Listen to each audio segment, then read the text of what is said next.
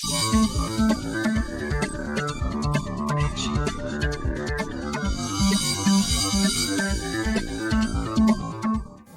and welcome to this week's training session. This week we're going to take a look at the 6-step seminar and presenting that, and more really how to get effective use of using the 6 steps program. You know, when you put together a 6 steps workshop, I always suggest that it's very important for you to keep the momentum flowing on these. I would suggest, instead of trying to do one per month with 100 people, you look at doing one every 2 weeks with 10 to 15 people. Every 2 weeks is quite easy. They're actually very easy to fill at that rate. For example, you would have your customers fill one for you. So you see one of your clients and say, hey, next month I need you to put 12 people in a room for me to present the 6 steps to. Do you think you can put 12 people in a room to do that? Or you might set them a goal of 20, so you end up with 12. So any client could almost put 12 people in the room. Your accountant could put 12 people in the room. Don't try and get people to put 100 in the room. Don't aim for yourself to get 100 in the room. Aim for every 2 weeks to have 12 people in front of you, or 12 separate businesses, or 10 separate businesses, whatever the number might be. But the point of it is that it's that consistent factor of always doing this, that consistent delivery of the message that helps you change and adapt to different audiences, but also how to become consistent in results in delivering this message. The 6-step seminar, getting people into it, is actually a relatively interesting phenomenon. I watch coaches all the time who are so happy to get someone in there, they forget that it's not about just getting them in there, it's actually about converting them out the other side. Getting a lead is one thing, but getting a sale is what it's all about. So getting excited about a lead is actually quite a waste of time. Until the money's in the bank, it's not in the bank. So what we need to establish is that the full 13 steps have to be worked with someone going into a 6-step seminar. You've got to remember, all that really should be looked at is a group diagnostic. This is a group coaching session where you're coaching them to make a purchase decision.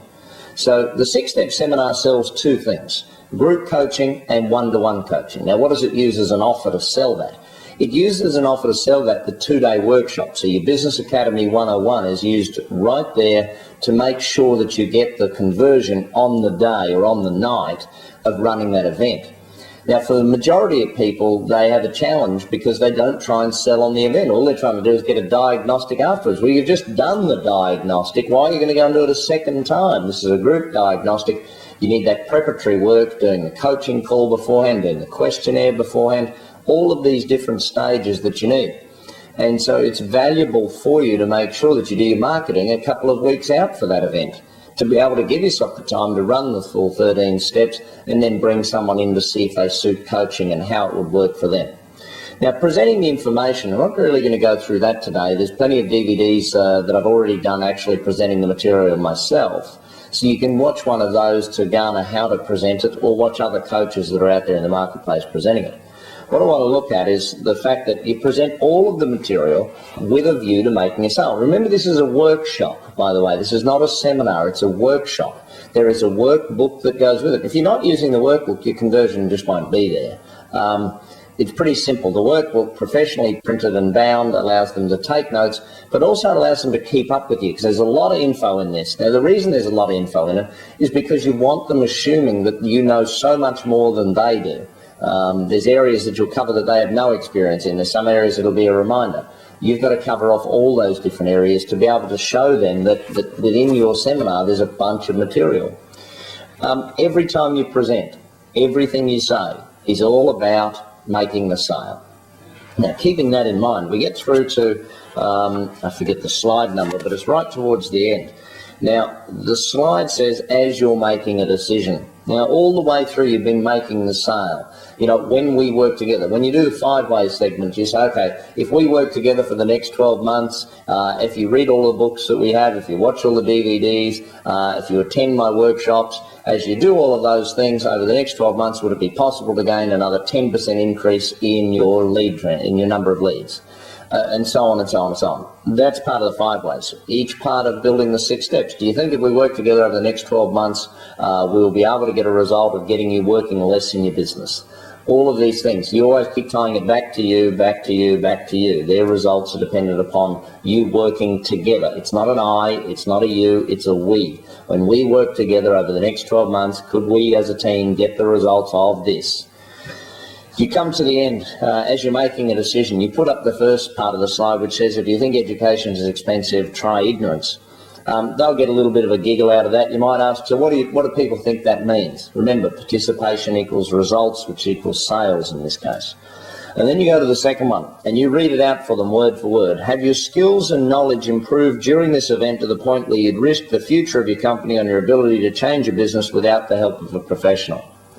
And you go around the room and get them answering it. When you've got only 12 people, you can get them to answer it around the room. And of course the answers will be, well, you know, yeah, they've improved enough that I wouldn't risk it without a professional.